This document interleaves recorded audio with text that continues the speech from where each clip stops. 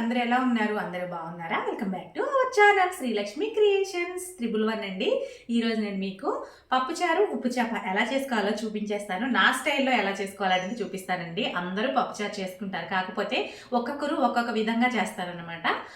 అందుకని చెప్పేసి నా స్టైల్లో ఎలా చేస్తాను చూపిస్తానని చెప్తున్నాను.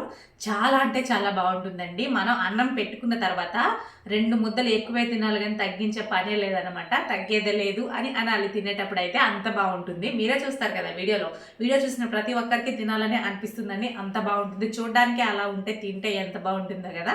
సరే అండి, వీడియోలోకి అయితే వెళ్ళిపోదాం. ఏమేం కావాలి ఏంటి అనేది ఈ వీడియోలో మీకు చూపిస్తాను. నా వీడియో కనుక మీకు నచ్చితే లైక్ చేయండి, షేర్ చేయండి, సబ్స్క్రైబ్ చేయండి. మరిన్ని మంచి వీడియోస్ కోసం నా ఛానల్ని సపోర్ట్ చేయండి. అండ్ మర్చిపోయారు, బెల్ ఐకాన్ క్లిక్ చేస్తేనే నా వీడియోలని నేరుగా మీ ఫోన్లోకి అయితే వచ్చేస్తాయి. మరి మర్చిపోవద్దు, మరి బెల్ ఐకాన్ క్లిక్ చేయడం, సబ్స్క్రైబ్ చేసిన తర్వాత. ఓకే అండి, వీడియోలోకి వెళ్ళిపోదాం. ఈ వీడియోలో మనం ఉప్పు చేప పప్పుచారుని ఎలా తయారు చేసుకోవాలో చాలా సులువైన పద్ధతిలో చూపిస్తానండి. చాలా అంటే చాలా బాగుంటుంది. వీడియోలోకి అయితే వెళ్ళిపోదామండి. పప్పుచారుకి ఏం కావాలి, ఉప్పు చేపకి ఏం కావాలి అనేది ఇప్పుడు నేను మీకు చూపిస్తానండి. పప్పుచారుకి అయితే ఇక్కడ నేను కందిపప్పు అలాగే ఎర్ర కందిపప్పుని 2 కలిపి 1 గ్లాస్ తీసుకుంటున్నానండి. పప్పుచారు చాలా బాగుంటుంది. మళ్ళీ వేసుకోవాలనిపిస్తుందని చెప్పాను కదా. పప్పుచారు మనకి అలాగే కొంచెం చిక్కగా ఉంటుందండి. సాంబార్ లాగా అయితే పలచగా ఉండదు. పలచగా ఉంటే దాని టేస్ట్ అంత అనిపించదండి. అందుకని చెప్పేసి నేను ఇక్కడ 1 గ్లాసు పప్పునైతే తీసుకుంటున్నాను. అలాగే చిన్నగా తరిగిన టమాటా ముక్కలు, పచ్చిమిర్చి ముక్కలు, ఉల్లిపాయ ముక్కలు. దీనికి ఈ పప్పుచారుకి చాలా ఇంపార్టెంట్ అయిన ఇంగ్రీడియంట్ ఒకటి ఉందండి. అది ఏంటి అంటే దీనివల్లే పప్పుచారు చాలా టేస్టీగా ఉంటుందన్నమాట. అల్లం ముక్కలు అండి. కంపల్సరీ అల్లం ముక్కలు ఉంటేనే టేస్ట్గా ఉంటుంది, లేకపోతే నార్మల్గా ఉంటుంది, అంత బాగోదు. అలాగే చింతపండును అయితే నానబెట్టుకోవాలండి. మన పులుపుకు తగ్గట్టు తీసుకోవాలి. పులుపు ఒక్కొక్కరు ఒక్కొక్క విధంగా తింటారు కాబట్టి మన పులుపుకు తగ్గట్టు అయితే తీసుకోవాల్సి ఉంటుంది. ఫస్ట్ చింతపండును అయితే నానబెట్టేసుకొని పప్పుని నేను కుక్కర్లో 1 విజిల్ ఉడికించిన తర్వాత మాత్రమే మిక్సీకి వేస్తానండి. అప్పుడే పప్పుచారు టేస్ట్ అనేది చాలా బాగుంటుంది అనమాట. ఫస్ట్ ఈ గ్లాస్ పప్పుని ఈ కుక్కర్లో అయితే వేసేసుకుందాం. వేసుకొని ఒకసారి కడిగేసుకుందాం అండి. క్లీన్ చేసేసుకుంటే పెట్టేసుకోవచ్చు. ఎర్ర కందిపప్పు హెల్త్కి చాలా మంచిదండి. అందుకని నేను నార్మల్ కందిపప్పుని అలాగే ఎర్ర కందిపప్పుని మిక్స్ చేసి వండుతాను అనమాట. ఇప్పుడు తొందరగా ఉడుకుతుంది, హెల్త్కి చాలా మంచిది అని చెప్పేసి ఎక్కువ ఎర్ర కందిపప్పుని యూజ్ చేస్తానండి నేను. ఇది చాలా బాగుంటుంది కూడా, టేస్ట్ కూడా చాలా అంటే చాలా బాగుంటుంది. ఇప్పుడు ఈ పప్పులో అయితే 1కి 2 గ్లాసులు వాటర్ని అయితే వేసేసుకుందాం. చేసేసుకొని పప్పులో వాటర్ వేసేసుకొని మిక్స్ ఇదైతే మనం కుక్కర్ పెట్టేసుకుందాం అండి. 1 విజిల్ రావాలి. పప్పు అనేది మెత్తగా అయితే మనకి పప్పు ఒదుగుతుందండి. సాంబార్ అనేది ఎక్కువ వస్తుంది అనమాట. తర్వాత మనం చింతపండు తీసుకున్నాం కదా, దీన్ని కూడా నానబెట్టేసుకుందామండి. చింతపండు తొందరగా నానాలి అంటే కుక్కర్ని అయితే పెట్టేసుకున్నాము. మనకైతే ఈ లోపల పప్పు ఉడికిపోతుంది. మనం చింతపండుని తొందరగా నానాలి అంటే చింతపండుని కొంచెం గోరువెచ్చగా ఉన్న వాటర్లో వేసామనుకోండి, తొందరగా నానిపోతుంది అనమాట. మనకి తొందరగా పని హడావిడిగా ఉన్నప్పుడు ఇలా నానబెట్టుకుంటే, టైం ఉన్నప్పుడు నార్మల్ వాటర్లో నానబెట్టుకొని వేసుకోవచ్చండి. తొందరగా మనకి పులుసు అనేది వస్తుంది అనమాట. ఫాస్ట్గా చేసేసుకోగలుగుతాం. పొద్దున్నే బాక్సులు అవి ఉన్నప్పుడు ఇలా వేడి నీటిలో నానబెట్టుకున్నాం అనుకోండి. గోరువెచ్చని నీటిలో నానబెట్టుకుంటే చింతపండు తొందరగా నానిపోతుంది. మనకి పప్పు ఉడికేలోపు అలాగే మీకు ఎండు చేపల్ని చూపిస్తాను. అంటే మనకి ఎండు చేప అనగానే మనకి ఉప్పు చేప అండి. ఇది చూసారు కదా, ఇది ఉప్పు చేపలు. వీటిని అయితే చిన్న చిన్న పీసెస్ కింద కట్ చేసుకున్నాను. వీటిని ఎలా ఉంటాయనేది కూడా చూపిస్తాను ఫస్ట్ మీకు. ఇదిగోండి, నేను ఆంధ్ర నుంచి మా బ్రదర్ వస్తే తెప్పించానండి. ఇదిగోండి ఉప్పు చేపలు అయితే ఇలా ఉంటాయి. వీటిని ఆ సైజులో కట్ చేసుకున్నాను అనమాట. ఇదో చూసారా, వీటిని బాగా ఎండబెట్టుకోవాలండి. ఇక్కడైతే చూసారు కదా, ఇలా అయితే ఉంటాయి అనమాట మనకు ఉప్పు చేపలు. చప్పటి చేపలు కూడా ఉంటాయి, మన కర్రీస్ కోసం యూజ్ చేస్తాం అనమాట. వంకాయ ఎండు చేప చాలా ఫేమస్ అండి, దానికి చాలా బాగుంటుంది అనమాట. ఇదిగోండి ఈ చేపలు అనమాట, ఉప్పు చేపలు. నేను కట్ చేశాను, పక్కకు పెట్టేసి అది నేను ఒక చేపనైతే కట్ చేసుకున్నాను ఉప్పు చేప కోసం. ఇదిగోండి ఈ సైజుగా కట్ చేసుకుంటే సరిపోతుంది. సాంబార్లోకి, అది మనకి పప్పుచారులోకి చాలా బాగుంటుందండి. ఒక ముక్క వేసుకొని తింటే అసలు సూపర్ అనమాట, ఇంకా చెప్పనవసరం లేదు. వీటిని అయితే మనం తర్వాత చెప్తాను దీని ప్రాసెస్. దీనికి ఏమీ అవసరం లేదండి. ఎందుకు అని నేను అంటానంటే కొంచెం ఆయిల్ అలాగే కొంచెం కారం ఉంటే సరిపోతుంది ఉప్పు చేపలకి మనకి. ఎందుకంటే ఉప్పు అవసరం లేదు, ఆల్రెడీ ఇందులోనే ఇవి చాలా ఉప్పగా ఉంటాయి అనమాట. మనం ఉప్పు వేసుకోవద్దు ఎట్టి పరిస్థితుల్లో. వేసుకుంటే మనం అసలు తినలేమన్నమాట. కారము అలాగే నూనె ఉంటే సరిపోతుంది. దీని ప్రాసెస్ కొంచెం ఉంటుంది, అది కూడా నేను మీకు చూపిస్తాను ఎలా ఏంటి అనేది. ఫస్ట్ అయితే మనం పప్పుచారుని ప్రిపేర్ చేసేసుకుందాం, తర్వాత ఆ ప్రాసెస్లోకి అయితే వెళ్ళిపోదాం. ఇప్పుడు మనం ఈ పప్పు ఉడికేలోపు మనం పులుసుని అయితే రెడీ చేసేసుకుందాం. ఈ చింతపండు నేను మెత్తగా పిసికానండి గుజ్జు కోసం. దీన్ని ఇందులో వేసేసుకోవాలి.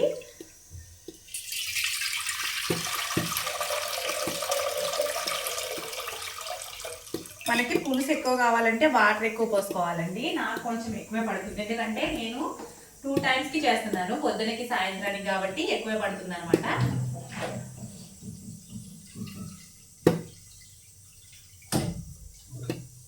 అందులోకి ఈ సాంబార్ అనేది కొంచెం మరిగితేనే బాగుంటుందండి. ఏదైనా మరిగింది అనుకోండి చాలా బాగుంటుంది అనమాట. చారైనా సాంబార్ అయినా పప్పుచారు అయినా మరిగితే దాని టేస్ట్ అనేది చాలా బాగా చాలా బాగుంటుంది. అందుకనేసి నేను పులుసు కొంచెం ఎక్కువ వేస్తున్నానంట. మరగడానికిలో కొంచెం తగ్గుతుంది కదా, మనం ఎంత అయితే కావాలనుకుంటున్నామో అంత అయితే వచ్చేస్తుంది ఇక్కడ. ఓకే అండి, ఇదైతే సరిపోతుంది. ఇందులో మనం టమాటా ముక్కలు కట్ చేసి పెట్టుకున్నాం కదా, ఇవి వేసేసుకోవాలి. ఫస్ట్ మనం స్టవ్ ఆన్ చేసేసుకుందాం. మనకి పప్పు ఉడకడానికి పెద్ద టైం పట్టదండి, కాకపోతే ఇవన్నీ ఈ పులుసులో మరగాలి, అప్పుడే దీని టేస్ట్ అనేది చాలా బాగుంటుంది అనమాట. మనం పచ్చిమిరపకాయ ముక్కలు, టమాటా ముక్కలు, ఉల్లిపాయ ముక్కలు వేసుకున్నాం. ఇందులో ఎటువంటి ముక్కలు వేయాల్సిన అవసరం లేదు. మెయిన్ మనం గుర్తుపెట్టుకోవాల్సింది, పప్పుచారు అనగా ఆ ముక్కలు, ఈ ఆనపకాయ ముక్కలు, బెండకాయ ముక్కలు అవేం అవసరం లేదండి. పప్పుచారు అంటే ఇలా మనకి ఉల్లిపాయ, పచ్చిమిర్చి, టమాటానే ఉంటుంది అనమాట. వీటైతే మరిగించేసుకోవాలి బాగా. స్టవ్ అయితే ఆఫ్ చేసేసానండి, సరిపోతుంది. ఈ అల్లం ముక్కల్ని మనం కొంచెం దంచి వేసుకోవాలి, ఎందుకంటే మనం మిక్సీ చేసుకుంటాం కదా, అప్పుడు ఇబ్బంది అవుతుంది అనమాట. కొంచెం లైట్గా దంచి వేసుకుంటే మెత్తగా నలిగిపోతుంది. ఈ పప్పులో కలిపి మిక్సీ పెట్టుకోవాలన్నమాట వీటిని. ఈ లోపల మనకి ఇక్కడ పులుసు అయితే మరుగుతుందండి. చూసారు కదా, పులుసు మరుగుతుంది. మరిగేలోపు ఈ పప్పును మనం ప్రిపేర్ చేసి పెట్టుకుందాం. మనకి మెత్తగా అయితే ఉడికిపోయింది. దీన్ని చల్లారబెట్టేసుకొని మనం ఒక ప్లేట్లో తీసుకొని చల్లారబెట్టేసుకొని మిక్సీకి అయితే వేసేసుకుందాం. పప్పు అయితే చల్లారిపోయిందండి, మిక్సీ అయితే వేసేసుకుందాం పప్పుని. ఇక్కడ పులుసు కూడా మరుగుతుంది అనమాట. ఈ పప్పుని మిక్సీలో వేసేసుకొని మనం అల్లం ముక్కని చూపించాను కదా మీకు, దీన్ని ఇలా దంచుకొని మిక్సీలో అయితే వేసేసుకోవాలండి. దీన్ని మెత్తగా పేస్ట్లా పెట్టుకోవాలి. ఇలా అయితే మిక్సీ పెట్టేసుకోవాలి. ఈ పులుసు అయితే మనకి మరిగిపోయింది కదా, ఈ పులుసులో ఈ పేస్ట్ని అయితే వేసేసుకోవాలండి. చూసారా, మనకైతే ఇప్పుడు గిన్నె నిండా అయిపోయింది కదా. దీంట్లో ఏమేమి వేయాలనేది ఇప్పుడు నేను చూపిస్తాను మీకు. దీని నిండా అయితే మనం వేసుకున్నాం కదా, పప్పు వేసుకున్నాక ఒకసారి ఇలా కలుపుకోవాలండి. మనం మిక్సీ పెట్టి వేసుకున్నాం కదా పప్పు, ఈ గిన్నె నిండా పెట్టాను కదండి, ఇంత నిండా ఉంది కదా, మనకి ఒక 1/2 ఇంచు వరకు మరగనివ్వాలన్నమాట, తగ్గే వరకు మరగనివ్వాలి. ఇప్పుడు ఇందులో అన్ని వేసేసుకోవాలండి. చూడండి ఇప్పుడు ఎలా ఉందో, ఇలా ఉండాలండి. అప్పుడే మనకి ఈ మాత్రం చిక్కగా ఉండాలన్నమాట. అప్పుడు మనకి పప్పుచారు టేస్ట్ అనేది చాలా బాగుంటుంది. సాంబార్ లాగా పలుచగా మాత్రం పెట్టుకోకూడదు అనమాట. ఇప్పుడు ఇందులోని మనం కొంచెం పసుపుని అయితే వేసేసుకుందాం. అలాగే సాల్ట్ కూడా వేసేసుకుందాం అండి. ఇప్పుడు మరిగితేనే టేస్ట్ అనేది బాగుంటుంది. అన్నీ పర్ఫెక్ట్గా ఉంటేనే దేనికైనా టేస్ట్ అండి. నెక్స్ట్ వచ్చేసి లైట్గా కారం, ఎక్కువ వేయకూడదు, కొంచెం కలర్ కోసం మాత్రమే. చూడండి స్పూన్లో కొంచెం వేస్తున్నాను, సరిపోతుంది. ఇదంతా ఒకసారి మిక్స్ చేసేసి మనము ఈ గరిటెని ఇందులోనే వదిలేయాలండి. ఎందుకంటే పొంగినప్పుడు పైకి రాకుండా ఈ గరిటె ఉంటే పొంగకుండా ఉంటుందన్నమాట. మనం అటు ఇటు తిరిగి పని చేసుకున్నా కూడా ఇబ్బంది ఉండదు, లేదంటే గ్యాస్ మీద పడిపోయి అంతా ఇంకొక పని అయిపోతుంది కదా, అందుకని చెప్పేసి చెప్తున్నాను. ఇది బాగా మరగాలి. మరిగిన తర్వాతే దీని టేస్ట్ అనేది బయటకు వస్తుంది. చూసారు కదా ఎలా అయితే వచ్చిందో. బాగా మరిగితే రుచి చాలా బాగుంటుందండి. మరగకుండా తాలింపు పెడితే అంత టేస్ట్ అనేది రాదనమాట. ఇప్పుడు దీని నిండా ఉంది కదా, ఇక్కడికైతే ఉంది.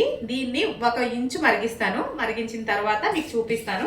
చాలా అంటే చాలా బాగుంటుంది. అప్పుడు మనం తాలింపు పెట్టేసుకుందాం. ఈ గరిటెని ఇలాగే ఉంచేద్దామండి, పొంగిపోకుండా ఉంటుంది అనమాట. ఇలా ఉంటే చూడండి ఎంత బాగా మరుగుతుందో పప్పుచారు. చూస్తున్నారు కదా, ఇలా గరిటె వేయడం వల్ల పొంగకుండా ఉంటుంది అనమాట. మనకి మనం ఉన్నా పక్కన ఉన్నా లేకపోయినా ఇలా గరిటె లేకుండా ఉంటే బాగా, గరిటె తీసేసామనుకోండి తొందరగా పొంగిపోతుంది, పైకి వచ్చేస్తుంది. గరిటె ఉండడం వల్ల పొంగదు. ఇది ఒక టిప్ అనుకోండి. మనకైతే తాలింపులకి రెడీ చేస్తున్నాను నేను. సాంబార్ మరిగిపోయిన తర్వాత ఇలాగే ఒక కరివేపాకు రబ్బర్ అయితే ఇందులో వేద్దామండి. ఫ్రై తాలింపు వేయకుండానే ఈ ఫ్లేవర్ అనేది కూడా బాగా వస్తుంది అనమాట. సాంబార్లో అనేది దిగుతుంది కదా, చాలా బాగుంటుంది. ఇక్కడ నేను తాలింపులు కూడా తీసి పెట్టానండి సాంబార్కి. పప్పుచారుకి చాలా ఈజీ కదా. ఇదిగోండి కావాల్సినవి: ఆవాలు, జీలకర్ర, ఎండుమిర్చి, కరివేపాకు, ఎల్లుడిపాయని కొంచెం బాగా దంచుకుంటే తాలింపు వేసిన తర్వాత సాంబార్లో కలిసిన తర్వాత దీంట్లో ఉన్న రసం అంతా అందులో దిగి చాలా ఫ్లేవర్ వస్తుందండి, చాలా బాగుంటుంది. ఇవైతే పక్కకు పెట్టేసుకుందాం మనం సాంబార్ మరిగేలోపు. ఇంకొక 10 నిమిషాలు మరిగితే 5-10 నిమిషాలు మరిగితే సరిపోతుందండి. చాలా ఇవ్వండి ఇలా ఉండాలి.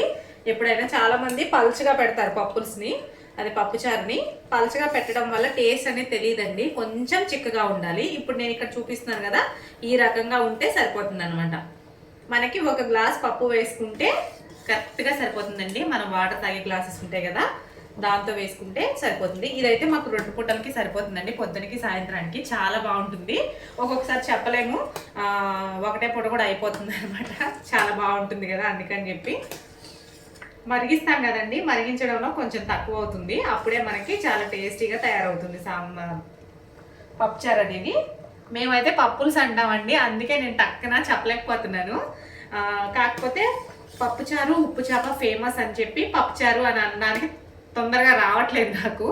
అందుకని చెప్పేసి పప్పుల్స్ అంటాం మేము. పప్పుల్స్ అనడం అలవాటు అయిపోయి పప్పుచారు అని తొందరగా పలకలేకపోతున్నాను.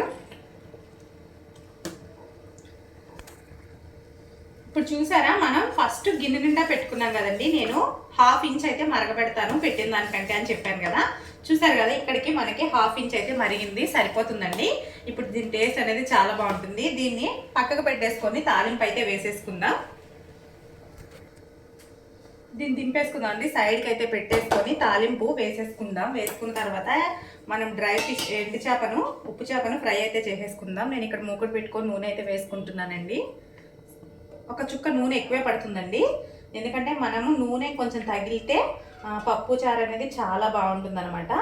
సాంబార్ అయినా ఏదైనా ఒక చుక్క నూనె ఎక్కువే వేయాలి, అప్పుడే బాగుంటుంది తాలింపు.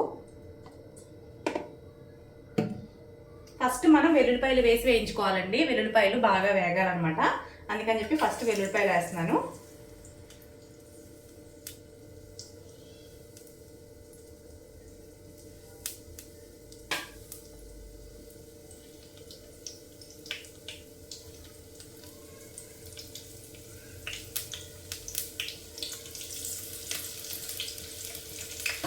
ఇప్పుడు ఆవాలు జీలకర్ర వేసేసుకుందాం. ఎండుమిరపకాయలు లాస్ట్ వేసుకున్నామండి, ఎందుకంటే ఇవి బాగా వేగిపోయినాయి అనుకోండి నల్లగా అయిపోతాయి, అందుకని చెప్పి లాస్ట్న వేసుకుందామని చెప్తున్నాను. ఇష్టం ఉంటే కొంచెం సాంబార్ పొడి వేసుకోవచ్చండి, కానీ సాంబార్ లాగా అనిపిస్తుంది, అందుకని చెప్పి నేను వేయట్లేదు. కొంతమంది వేస్తారనమాట సాంబార్ పొడి. ఇది పప్పుచారు కాబట్టి వేయాల్సిన అవసరం లేదు.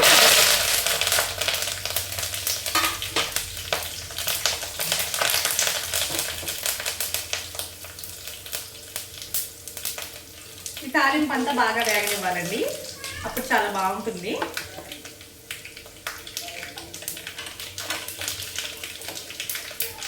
ఇప్పుడు ఒక గరిటె సాంబార్ని ఇందులో వేసేద్దాం.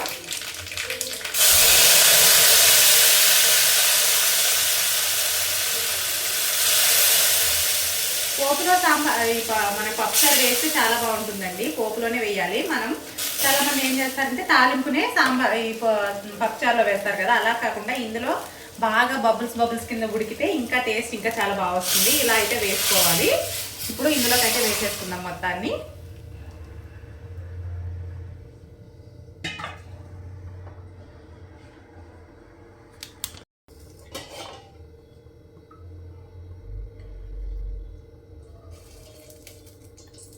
మనం ముక్కల్ని ఫ్రై చేసుకోవాలండి, కొంచెం ఆయిల్ వేసుకుంటే సరిపోతుంది. మనం కడిగి పెట్టుకున్న ఈ ఎండు చేప ముక్కల్ని ఫ్రై చేసుకోవాలన్నమాట.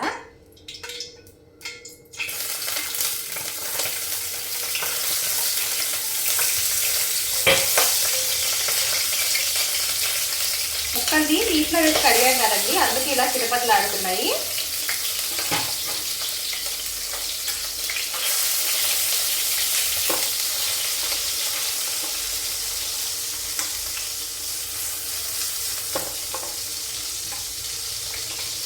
దోరగా వేయించుకోవాలండి ఈ ముక్కల్ని. ఇది చాలా ఈజీ అండి, ఫ్రై అనేది చాలా ఈజీగా చేసుకోవచ్చు. మనం ఎవరైనా సరే చేసుకోవచ్చు ఇష్టం ఉంటే.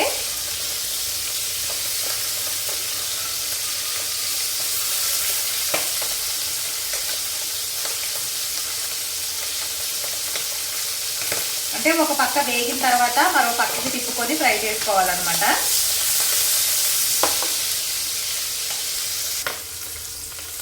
ఇలా వేయించుకోవాలండి, దోరగా వేయించుకోవాలి, లేదంటే పచ్చివాసన వస్తాయి అన్నమాట.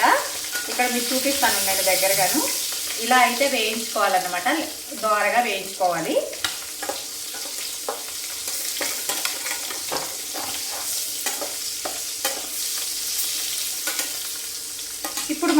ఏమీ వేయాల్సిన అవసరం లేదండి. స్టవ్ అయితే ఆఫ్ చేసేద్దాం. ఫస్ట్ ముక్కలు అయితే వేగిపోయినాయి కదా, స్టవ్ని ఆఫ్ చేసేసుకోవాలి. సమానంగా వేయించుకోవాలండి, మరి బాగా ఫ్రై కాకుండా మనకి స్మెల్ పోయే వరకు వేయించుకుంటే సరిపోతుంది. ఇక్కడ మీకు చూపించాను కదా, గోల్డ్ కలర్లో వేయించుకోవాలన్నమాట ముక్కల్ని. స్టవ్ అయితే కట్టేస్తున్నానండి. కట్టేసి ఒక్క నిమిషము నూనె కొంచెం చల్లారాలండి, అప్పుడే మనం కారం వేసుకోవాలి. డైరెక్ట్ పొయ్యి ఆన్లో ఉన్నప్పుడు మాత్రం కారం వేసుకోకూడదండి. ఈ ఎండు చేపల ఫ్రైకి మనకి ఉప్పు చేపల ఫ్రైకి కారం అనేది ఎక్కువ పడుతుంది అనమాట. ఉప్పు వేయాల్సిన అవసరం లేదండి, ఆల్రెడీ ఇవి ఉప్పు చేపలు కాబట్టి మనం ఉప్పు వేసే పని లేదు. ఈ వేడి నూనెలోనే కారం వేస్తాం కాబట్టి కారం కూడా వేగిపోతుందండి. మనం స్టవ్ ఆఫ్ చేయకుండా కారం వేసామనుకోండి, కారం అనేది నల్లగా మాడిపోతుంది. అలా వేయకూడదు, ఎప్పుడైనా సరే మనం ఇలా వేసుకోవాలి. ఇక్కడ చూడండి, ఇప్పుడు ఈ నూనె వల్ల కారం అనేది వేగిపోతుంది, వేగి మనకి సరిపోతుంది.